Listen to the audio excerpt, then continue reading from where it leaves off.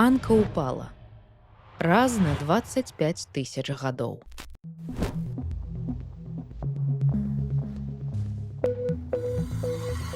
Містычна настроеныя людзі вераць у знакі як прадказанні.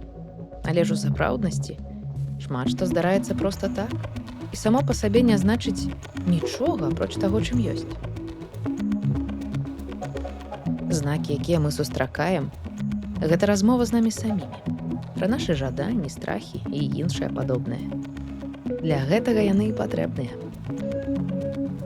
Коні і сініцы здараюцца проста так, але важна тое, што мы пра гэта думаем.